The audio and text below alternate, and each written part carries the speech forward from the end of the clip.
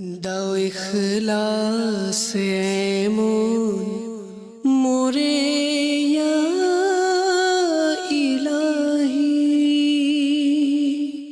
আলহামদুলিল্লাহি রাব্বিল আলামিন ওয়াসসালাতু ওয়াসসালামু আলা সাইয়্যিদিল মুরসালিন আম্মা বা'দ ফাআউযু বিল্লাহি মিনাশ শাইতানির রাজীম বিসমিল্লাহির রহমানির রহিম। আসসালাতু ওয়াসসালামু আলাইকা ইয়া রাসূলুল্লাহ ওয়া আলা আলিকা ওয়া আসহাবিকা ইয়া হাবিবাল্লাহ। الصلاة والسلام عليك يا نبي الله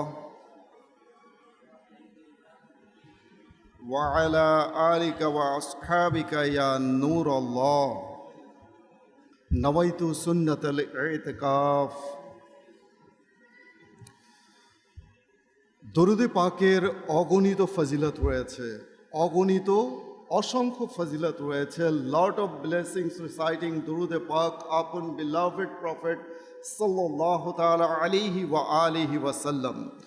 One of the benefit of reciting durude pak upon beloved prophet sallallahu ta'ala alayhi wa alihi wa sallam is যেমনটি সুনানি ইবনে মাজা কিতাবের মধ্যে বর্ণিত রয়েছে, হযরত সৈয়দুনা আবু দারদা রাদিয়াল্লাহু তাআলা আনহু থেকে বর্ণিত, রসুল পাক সাহিবে লাউলাক সাল্লাল্লাহু তাআলা আলাইহি ওয়া আলিহি ওয়াসাল্লাম ইরশাদ করেছেন, তোমরা জুমার দিনে আমার প্রতি অধিক হারে দরুদ শরীফ পাঠ করো, নিশ্চয়ই ফেরেশতারা এর সাক্ষ্য দিয়ে থাকে।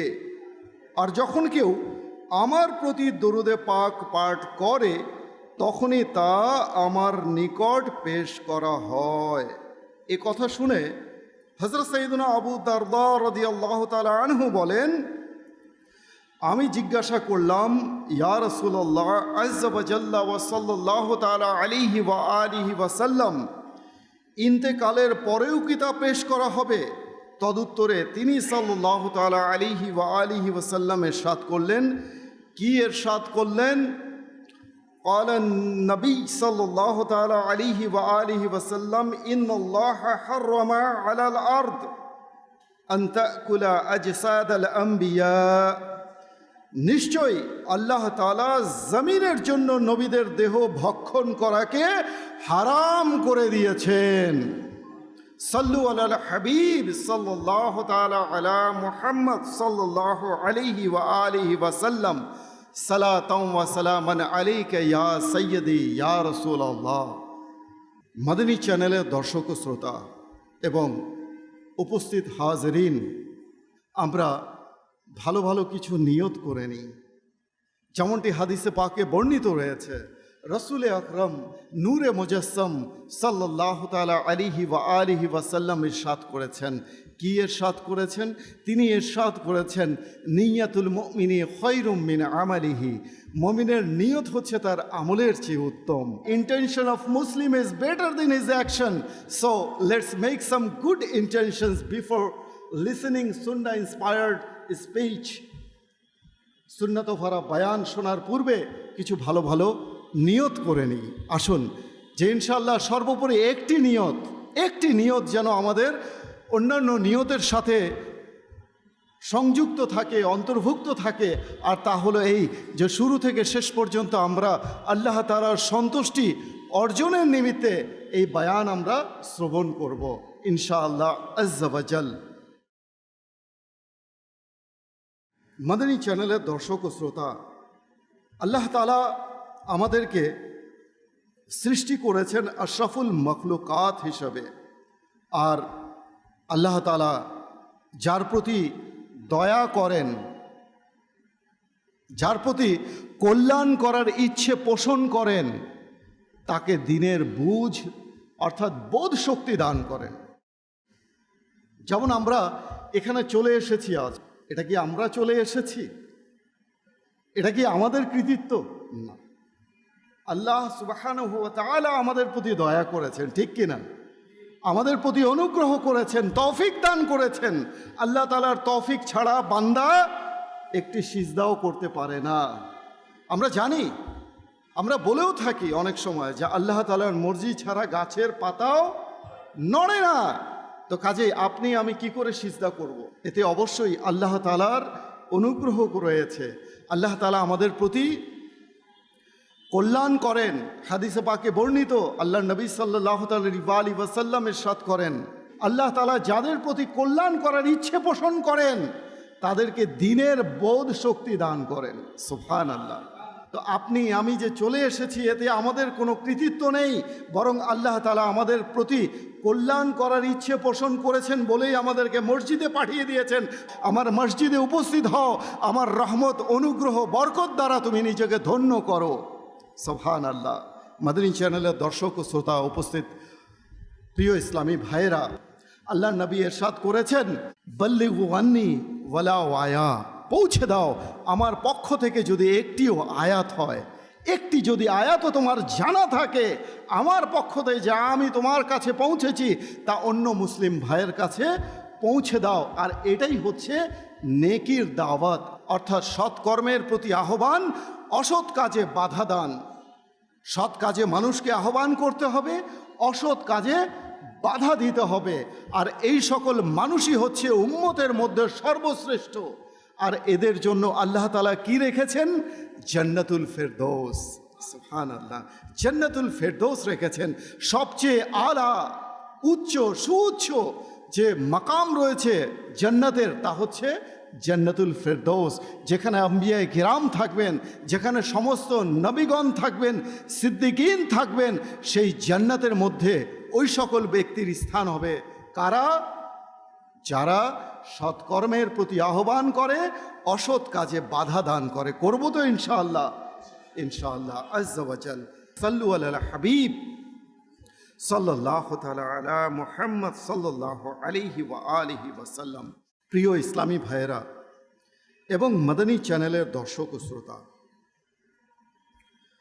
সমাজে যখন কোনো অনইসলামিক কার্যাবলী দেখা দেয়, এমন কোনো কাজ যা শরীয়তের সাথে কোনো সম্পৃক্ততা নেই বরং শরীয়তের পরিপন্থী, এমন কাজ যখন দেখা দেয়, যখন প্রচলিত হয়ে যায়, অপসংস্কৃতি, অনইসলামিক কাজ, ইসলাম বিরোধী কাজ দেখা দেয়, তখন অন্য কেউ নীরবে থাকতে পারলেও একজন সত্যিকার অর্থের মুজাদ্দিদ নিশ্চুপ থাকতে পারেন না। আমি মুজাদ্দিদের কথা বলছি, আমি একজন সমাজ সংস্কারকের কথা বলছি। এমত অবস্থায় যখন পাক ভারত বাংলা উপমহাদেশের, এই ভারত উপমহাদেশে পঞ্চাশোর্ধ ফিতনা ও বেদিনী দেখা দিয়েছিল, তখন শতাব্দীর মুজাদ্দিদ ইমাম আহমদ রাজা খান বেরেলভি রহমতুল্লাহি তাআলা আলাইহি মোটেও নীরব থাকতে পারেননি। আর সেই সকল ফিতনা কি ছিল? যেমন মাজহাবিদের উপর জঘন্য ফিতনাগুলো, আরও বহু ধরনের ফিতনা সূচিত হয়েছিল। যেমন রসুল করিম সাল্লাল্লাহু আলাইহি ওয়াসাল্লামের ইলমে গায়েবকে অস্বীকার করা, এটা হচ্ছে একটা ফিতনা। এই ফিতনাকে ছড়িয়ে দেয়া হয়েছিল যে আল্লাহ নবী সাল্লাল্লাহু আলাইহি ওয়াসাল্লামের ইলমে গায়েব নেই, অথচ আল্লাহ তাআলা তাকে ইলমে গায়েব দান করেছেন, অদৃশ্যের জ্ঞান দান করেছেন। খতমে নবুয়তকে অস্বীকার করার মতো দুঃসাহস দেখানো হয়েছিল, এটাও ছিল একটা ফিতনা। যে আল্লাহ নবী সাল্লাল্লাহু আলাইহি ওয়াসাল্লাম সর্বশেষ নবী নন, আর তিনি যদি সর্বশেষ নবী হয়েও থাকেন, তারপরেও যদি কোনো নবী আসে তাহলে তার নবুয়তের মধ্যে কোনো কি হবে না, ক্ষতি হবে না। অর্থাৎ অন্য কোনো নবীর আগমনের দরজাকে যখন প্রশস্ত করে দেয়া হয়েছিল, উন্মোচিত করে দেয়া হয়েছিল, এটাও ছিল তৎকালীন একটা অনেক বড় ফিতনা। নবী হিসাবে এক কাজ্জাব নিজেকে নবী হিসাবে দাবি করলো তৎকালীন যুগে। তার এই মিথ্যা নবীর দাবিকে রহিত করার জন্য জন্ম নিল এক মুজাদ্দিদ, যার নাম ইমামে আহলে সুন্নাত ইমাম আহমদ রাজা খান ফাজিলে বেরেলভি রহমতুল্লাহি তাআলা আলাইহি। তার উদ্ভব হলো, তার আবির্ভাব হলো মিথ্যাকে প্রতিহত করার জন্য। যুগে যুগে যখন সত্য এবং মিথ্যা মিশ্রিত হয়ে গিয়েছে, দুধ এবং পানি যখন মিশ্রিত হয়ে যায়, ভেজাল হয়ে যায়, তখন কোনো মানুষের পক্ষে সম্ভব হয় না দুধ থেকে পানিকে পৃথক করা। ঠিক ওই কঠিন মুহূর্তে আল্লাহ তাআলা একজন মুজাদ্দিদকে পাঠিয়ে থাকেন। কিভাবে? যেমনটি আবু দাউদ শরীফে বর্ণিত, আল্লাহর নবী হুজুরে আরবি সাল্লাল্লাহু তাআলা আলাইহি ওয়া আলিহি ওয়াসাল্লাম ইরশাদ করেন, আলান নবী সাল্লাল্লাহু তাআলা আলাইহি ওয়া আলিহি ওয়াসাল্লাম, ইন্নাল্লাহা ইয়াবআসু লিহাযিহিল উম্মতি আলা রাসি কুল্লি মিয়াতি সানাতি মান ইউজাদ্দিদা Laha দীনাহা। At the end of every century, Allah Almighty must send a mujaddid, means reformer, for his ummah, who will revive this religion for that ummah. অর্থাৎ প্রত্যেক শতাব্দীর শেষ প্রান্তে এই উম্মতের জন্য একজন মুজাদ্দিদ প্রেরণ করবেন আল্লাহ সুবহানাহু ওয়া তাআলা। প্রত্যেক শতাব্দীর শেষ প্রান্তে, at the end of every century, Almighty Allah must send a mujaddid, means reformer, for this ummah, who will revive this religion for that ummah. অর্থাৎ সেই উম্মতের জন্য তার দ্বীনকে উজ্জীবিত করতে, দ্বীনকে পুনরুজ্জীবিত করতে, দ্বীনকে বাতিলদের থেকে আলাদা করতে, সত্যকে মিথ্যা থেকে আলাদা করতে আল্লাহ সুবহানাহু ওয়া তাআলা প্রত্যেক শতাব্দীর শেষ প্রান্তে একজন মুজাদ্দিদ প্রেরণ করে থাকেন। আর তাই এই 1400 শতাব্দীর মুজাদ্দিদ হচ্ছেন আমাদের ইমামে আহলে সুন্নাত ইমাম আহমদ রাজা খান ফাজিলে বেরেলভী রহমতুল্লাহি তাআলা আলাইহ। আর সেই তৎকালীন যুগে আরও ফিতনা ফাসাদ যখন মাথাচাড়া দিয়ে উঠল, সেই ফিতনাকে প্রতিহত করতে এরপর আল্লাহ নবী সাল্লাল্লাহু আলাইহি ওয়াসাল্লামের নাম মোবারক শুনে বৃদ্ধাঙ্গুলি চুম্বন করে মাসেহে করে চক্ষুদয় মাসেহে করা যাবে না, এটাও ছিল তৎকালীন যুগে অনেক বড় এক ফিতনা। এরপর শাফাতকে অস্বীকার করা, আল্লাহ নবী সাল্লাল্লাহু আলাইহি ওয়াসাল্লাম কিয়ামতের দিনে শাফাত করতে পারেন না। প্রত্যেক মানুষ নফসি নফসি করবে, কেউ কারো কবরে যাবে না, কেউ কারো উপকার করবে না, এই মর্মে তৎকালীন যুগে ফিতনা সৃষ্টি করা হয়েছিল। এমন সকল ফিতনাকে দাঁত ভাঙা জবাব দেওয়ার জন্য আল্লাহ সুবহানাহু ওয়া তাআলা সেই যুগের মহান মুজাদ্দিদে দ্বীন ও মিল্লাত ইমামে আহলে সুন্নাত ইমাম আহমদ রাজা খান ফাজিলে বেরেলভী রহমতুল্লাহি তাআলা আলাইহিকে প্রেরণ করেছেন। মাদানী চ্যানেলের দর্শক ও শ্রোতা ও প্রিয় ইসলামী ভাইয়েরা, বলা বাহুল্য বিশেষত পাক বাংলা ভারত উপমহাদেশে যখন আমাদের পুত পবিত্র দ্বীন মাযহাব ও আকায়েদের উপর অনেক ধরনের বাতিলের চতুর্মুখী হামলা হতে লাগলো, তখন আল্লাহর রসুলের অকৃত্রিম প্রেমিক, অকৃত্রিম আশিক, দ্বীন ও মাযহাবের একান্ত নিষ্ঠাপূর্ণ দরদি, সত্যিকার অর্থে একজন মুজাদ্দিদ হিসাবে যিনি নির্ভয়ে এগিয়ে এসেছিলেন, তিনি আর কেউ নন, তিনি হচ্ছেন ইমামে আহলে সুন্নাত ইমাম আহমদ রাজা খান ফাজিলে বেরেলভী রহমতুল্লাহি তাআলা আলাইহ। তিনি যদি না আসতেন তাহলে কি হতো? দিন কি থাকতো না? দিন থাকতো, ভেজাল দিন থাকতো। সুন্নাত কি থাকতো না? থাকতো, ভেজাল সুন্নাত থাকতো। সুন্নাতের মধ্যে ভেজাল প্রবেশ করানো হয়েছিল, দিন ইসলামের মধ্যে ভেজাল প্রবেশ করানো হয়েছিল। কেন? মানুষের ঈমানকে বরবাদ করার জন্য, মানুষের দ্বীনকে বরবাদ করার জন্য, মানুষের ঈমানকে লুটে নেয়ার জন্য। আর তাই তো আল্লাহ সুবহানাহু ওয়া তাআলা আপনার প্রতি, আমার প্রতি, সেই তৎকালীন যুগের মুমিন মুসলমানদের প্রতি অনুগ্রহ করেছেন বিধায় সেই যুগে অর্থাৎ 1400 শতাব্দীতে, আজ থেকে 150 বছর আগে ইমামে আহলে সুন্নাত মুজাদ্দিদে দ্বীন ও মিল্লাত ইমাম আহমদ রাজা খান ফাজিলে বেরেলভী রহমতুল্লাহি তাআলা আলাইহিকে প্রেরণ করেছেন এই ভারত উপমহাদেশে। আর তাই তো আজ আমরা আল্লাহর নবী সাল্লাল্লাহু আলাইহি ওয়াসাল্লামের শানে দাঁড়িয়ে সালাতু সালাম আমরা পাঠ করতে পারি। মুস্তাফা জানে রহমত পে লাখো সালাম, শামে বজমে হিদায়ত পে লাখো সালাম। এই সালাতু সালাম যিনি লিখেছেন তিনি আর কেউ নন, তিনি ইমামে আহলে সুন্নাত মুজাদ্দিদে দ্বীন ও মিল্লাত ইমাম আহমদ রাজা খান ফাজিলে বেরেলভী রহমতুল্লাহি তাআলা আলাইহি। তিনি সত্যকে মিথ্যা থেকে পৃথক করেছেন, তিনি সুন্নিয়াতকে তথাকথিত সুন্নাত থেকে পৃথক করে দিয়েছেন। আল্লাহর নবী সাল্লাল্লাহু আলাইহি ওয়াসাল্লামের ইশক ও মহব্বতকে তিনি উজ্জীবিত করেছেন।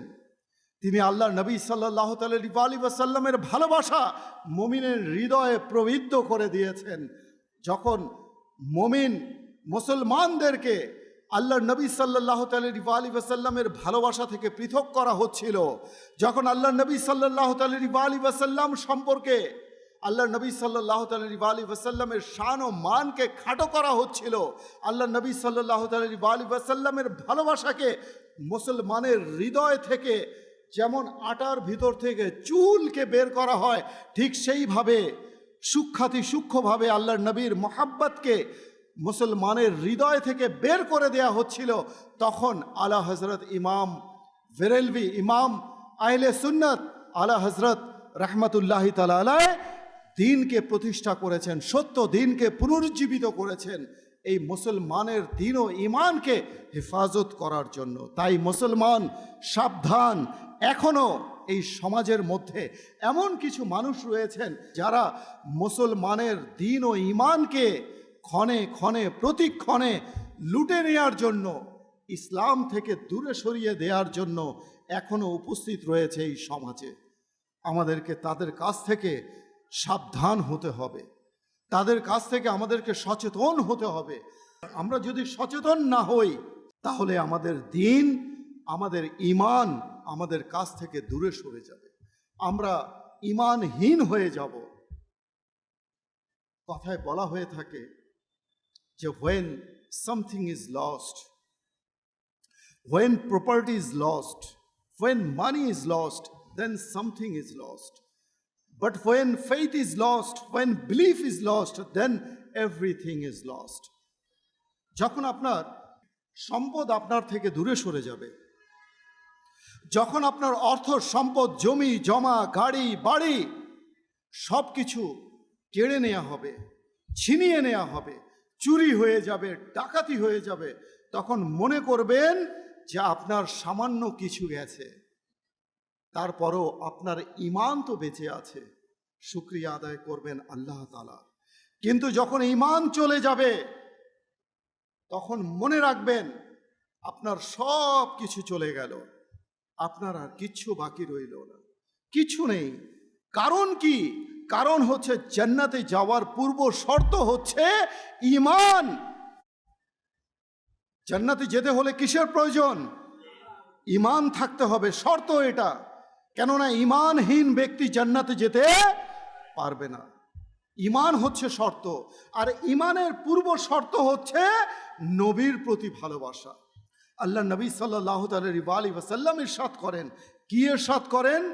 লা ইউমিনু আহাদুকুম হাত্তা আকুনা আহাব্বা ইলাইহি মিন ওয়ালিদিহি ওয়া ওয়ালাদিহি ওয়ান নাসি আজমাইন, যে তোমাদের মধ্যে ততক্ষণ পর্যন্ত কেউ পরিপূর্ণ ঈমানদার হতে পারবে না, কামিল মুমিন হতে পারবে না, যতক্ষণ পর্যন্ত না তাদের কাছে তাদের সন্তান সন্ততি, মা বাবা, এমনকি সকল মানুষের চেয়ে আমি নবী অধিক শ্রেয় না হব, অধিক ভালোবাসার পাত্র না হব, আমাকে অধিক ভালো না বাসবে, ততক্ষণ পর্যন্ত সে কামিল মুমিন হতে পারবে না।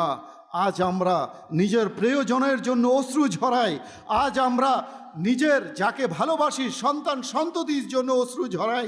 নিজের ভালোবাসার মানুষ যদি তার বিয়োগ ঘটে, সে যদি ইন্তেকাল করে, তার জন্য আমরা মনে করি আমার পৃথিবী উজাড় হয়ে গেছে। প্রিয় ইসলামী ভাই, না, সবচেয়ে প্রিয় যিনি প্রিয় আল্লাহ তাআলার পরে যিনি সবচেয়ে আমাদের কাছে প্রিয়, মা বাবার চেয়ে প্রিয়, সন্তান সন্ততির চেয়ে প্রিয়, even all of the people all over the world, সমস্ত পৃথিবীর মানুষের চেয়েও যিনি প্রিয়, তিনি হচ্ছেন আপনার আমার দয়ার নবী, মায়ার নবী, হুজুরে আরবি, রসুলে আকরাম, নূরে মুজাসসাম, মুহাম্মদ রাসূলুল্লাহ সাল্লাল্লাহু তাআলা আলাইহি ওয়া আলিহি ওয়াসাল্লাম, তিনি হচ্ছেন আপনার আমার সবচেয়ে প্রিয়।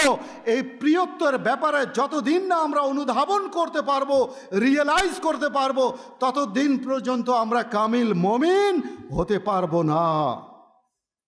কামিল মুমিন হতে পারবো না। যত যাই কিছু হয়ে যাক, আমরা শত ইবাদত গুজার হয়ে যাই, নামাজি হয়ে যায়, তাহাজ্জুদ গুজার হয়ে যায়, রোজাদার হয়ে যায়, কোরআন তেলাওয়াতকারী হয়ে যায়, যত বড় ইবাদত গুজার হয়ে যায়, যদি অন্তরে নবী প্রেম না থাকে, নবীর প্রতি ভালোবাসা না থাকে, সেই ব্যক্তি কামিল মুমিন হতে পারবে না। আল্লাহ নবী ইরশাদ করেছেন, হাদিসে পাকে আমরা শুনি, খতিব সাহেব বলে থাকেন, কি বলে থাকেন? আলা আলা ঈমানা লিমান লা মাহাব্বাত আলা, সাবধান, যাদের মাঝে নবীর প্রেম নেই, যাদের অন্তরে নবীর প্রতি ভালোবাসা নেই, তার ঈমান নেই, তার ঈমান নেই। এটা বুঝতে হবে, ঈমান যদি অন্তরে মজবুত করতে হয়, নবীর প্রতি ভালোবাসা আমাদের বৃদ্ধি করতে হবে। আর এই নবীর প্রতি ভালোবাসা বৃদ্ধি করা শিখিয়েছেন কে? এই 1400 শতাব্দীর মুজাদ্দিদ, যিনি আমাদেরকে যখন নবীর ভালোবাসা অন্তর থেকে দূরে সরিয়ে দেওয়া হচ্ছিল, নবীর ভালোবাসাকে অন্তর থেকে বের করে দেওয়া হচ্ছিল, ঠিক সেই মুহূর্তে ইমামে আহলে সুন্নাত ইমাম আহমদ রাজা ফাজিলে বেরেলভি রহমতুল্লাহি তাআলা আলাইহির আবির্ভাব ঘটে। আর তিনি মুসলমানের হৃদয়ে নবীর প্রেমকে আবার পুনর্স্থাপন করার কি করেন? সংগ্রাম চালিয়ে যান, স্ট্রাগল চালিয়ে যান। তার বয়ানের মাধ্যমে, তার লেখনীর মাধ্যমে, তার কথার মাধ্যমে, তার বাহাসের মাধ্যমে, তার যুক্তির মাধ্যমে তিনি বাতিলকে খণ্ডন করেন মানুষের ঈমানকে বাঁচানোর জন্য। যেমনটি আমরা শুরুতেই হাদিসে মোবারকা শুনেছি, আবু দাউদ শরীফের হাদিস, আল্লাহ নবী ইরশাদ করছেন, ইন্নাল্লাহা ইয়াবআসু লিহাযিহিল উম্মতি আলা রাসি কুল্লি মিয়াতি সানাতি মান ইউজাদ্দিদা লাহা দীনাহা। অর্থাৎ at the end of every century, Almighty Allah must send a mujaddid, means reformer, for this ummah, who will revive this religion for that ummah. অর্থাৎ এই উম্মতের জন্য, উম্মতের দ্বীনকে পুনরুজ্জীবিত করবে, দ্বীনকে বাঁচানোর জন্য আল্লাহ সুবহানাহু ওয়া তাআলা প্রত্যেক শতাব্দীর শেষ প্রান্তে একজন মর্দে মুজাদ্দিদ, একজন মর্দে কালান্দারকে পাঠিয়ে থাকেন যুগে যুগে, প্রত্যেক শতাব্দীতে। আর এই শতাব্দীতে আমরা পেয়েছি ইমাম আহমদ রাজা ফাজিলে বেরেলভি রহমতুল্লাহি তাআলা আলাইহি। আমরা যদি নিজেকে সুন্নি হিসাবে দাবি করি, আমি বলবো যে আপনি সুন্নি, আপনি বলবেন হ্যাঁ আমি সুন্নি, আমি আহলে সুন্নাত ওয়াল জামাতের আকীদা পোষণ করি। আমি বলবো আপনি কি আলা হযরতকে চেনেন? Do you know, do you recognize Ala Hazrat? আপনি যদি বলেন যে নো আই ডোন্ট নো, তাহলে আমি বলবো আপনার সুন্নিয়াতের মধ্যে সন্দেহ আছে। আপনি সুন্নি আর আলা হযরতকে চেনেন না? What a surprise! কি বিস্ময়ের ব্যাপার, কি আশ্চর্যের ব্যাপার যে আপনি নিজেকে সুন্নি দাবি করছেন, অথচ আপনি আলা হযরতকে চেনেন না। ডোন্ট ইউ নো আলা হযরত? ডোন্ট ইউ রিকগনাইজ আলা হযরত? আপনার সুন্নিয়তের মধ্যে আমার সন্দেহ আছে। বর্তমানে এই সময়ে আলা হযরতকে নিয়েও বিতর্ক করা হচ্ছে, আলা হযরতকে নিয়েও বিতর্ক করা হচ্ছে। কেন? আলা হযরত আমাদেরকে শরীয়তের মধ্যে পাবন্দ করছেন। আলা হযরত বলছেন কোনো হারাম কাজ করা যাবে না, তাজিমি সিজদা করা যাবে না, এটা হারাম শরীয়তের মধ্যে। তাই আলা হযরতকে চিনতে অস্বীকৃতি করা হচ্ছে, যে আলা হযরতকে চিনি না, চেনার দরকার নাই, তাজিমি সিজদাকে প্রতিষ্ঠা করার জন্য। অথচ তাজিমি সিজদা করা হারাম, জাহান্নামে নিয়ে যাওয়ার মতো কাজ। সিজদা কার জন্য বলেন না? সিজদা কার জন্য? আল্লাহ তাআলার জন্য, যিনি আমাদেরকে সৃষ্টি করেছেন। সকল ইবাদত, সকল প্রশংসা একমাত্র তার জন্য। এছাড়া কোনো ব্যক্তিকে যদি সিজদা করা হয়, সেই সিজদা হচ্ছে হারাম, তাকে তওবা করতে হবে। মুফতি আহমদ ইয়ার খান নাইমি রহমতুল্লাহি তাআলা আলাইহি তার ইসলামী জিন্দেগি কিতাবে লিখেছেন যে তাজিমি সিজদা করা হারাম এবং জাহান্নামে নিয়ে যাওয়ার মতো কাজ। তাজিমি সিজদা বনি ইসরাইলের যুগে বৈধ ছিল, যেমন ইউসুফ আলা নবীনা আলাইহিস সালাতু ওয়াস সালামের ব্যাপারে কোরআনে পাকে এসেছে। তিনি স্বপ্নে দেখেছেন। আপনি সূরা ইউসুফের তর্জমা পড়বেন, আপনি বুঝে যাবেন যে সেখানে তিনি স্বপ্নে দেখলেন যে 11টি নক্ষত্র, 11টি তারা এবং চন্দ্র সূর্য তাকে সিজদা করছে। তিনি তার বাবার কাছে এই ব্যাখ্যা করলেন, ব্যাখ্যা চাইলেন যে আমি স্বপ্নে এমন এমন দেখেছি। তখন তার বাবা তার ব্যাখ্যা দিলেন যে তুমি স্বপ্নে যা দেখেছো সেই 11টি নক্ষত্র, 11টি যে তারা তুমি দেখেছো তোমার কদমে সিজদা করছে, তা ছিল তোমার 11 জন ভাই, আর চন্দ্র সূর্য হচ্ছে তোমার মা বাবা। তুমি এই স্বপ্ন তোমার ভাইদেরকে বলো না, এই স্বপ্নের ব্যাখ্যা তোমার ভাইদেরকে বলো না, তাহলে তারা তোমার ক্ষতি সাধন করবে। তো এই যে বিষয়টা, এই তর্জমাটা আপনারা পড়লে বুঝে যাবেন। এটা ছিল তৎকালীন যুগের জন্য বৈধ, কিন্তু বর্তমান সমাজে তাজিমি সিজদা কোনো বৈধতা নেই, এটা শরিয়াতে হারাম।